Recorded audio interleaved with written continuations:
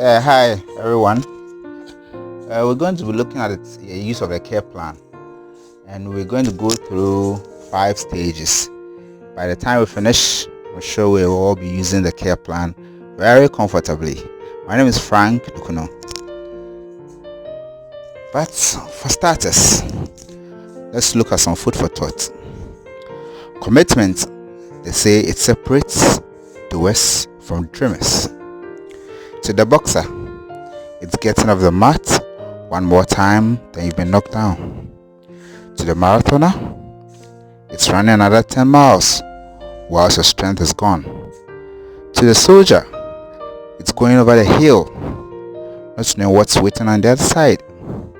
And to the leader, it's all that and more, because everyone you lead is depending on you. And I'm sure by the time you go through this, everyone will be depending on you. So let's look at the front page of the care plan. For the care plan, the front page is very, very important.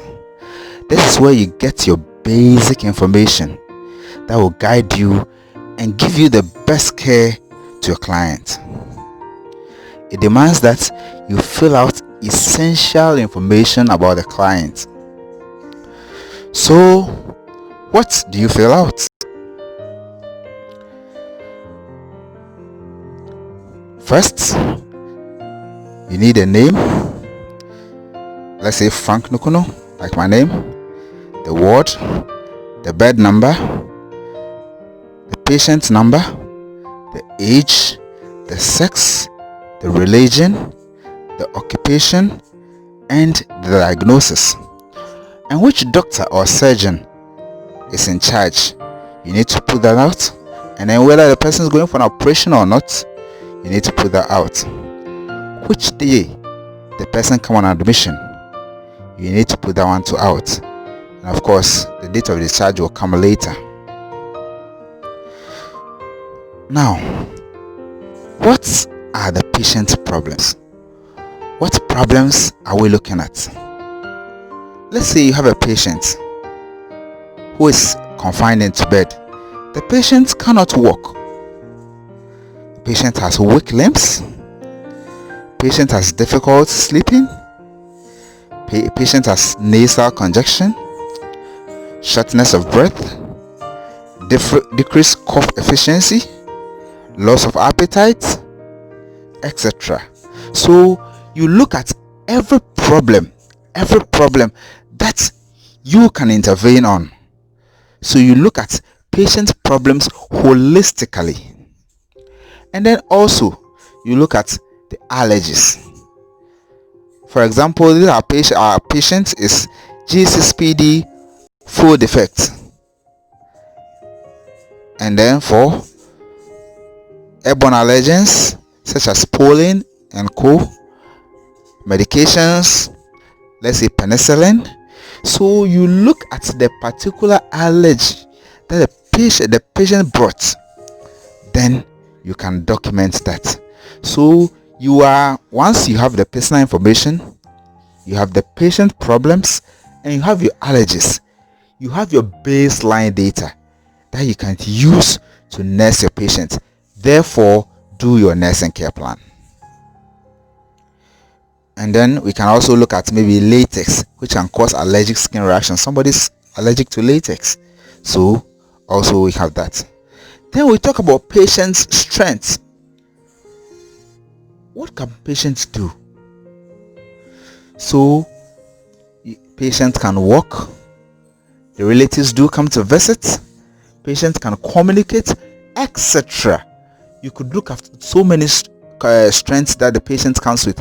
So for each patient it will be different, because every patient comes with different weaknesses and different strengths. So what type of care are we going to give? Routine care we're going to give. The temperature, pulse and respiration, is it 4 hourly, every 4 hours, or 2 hourly, or every 15 minutes? You need to indicate that.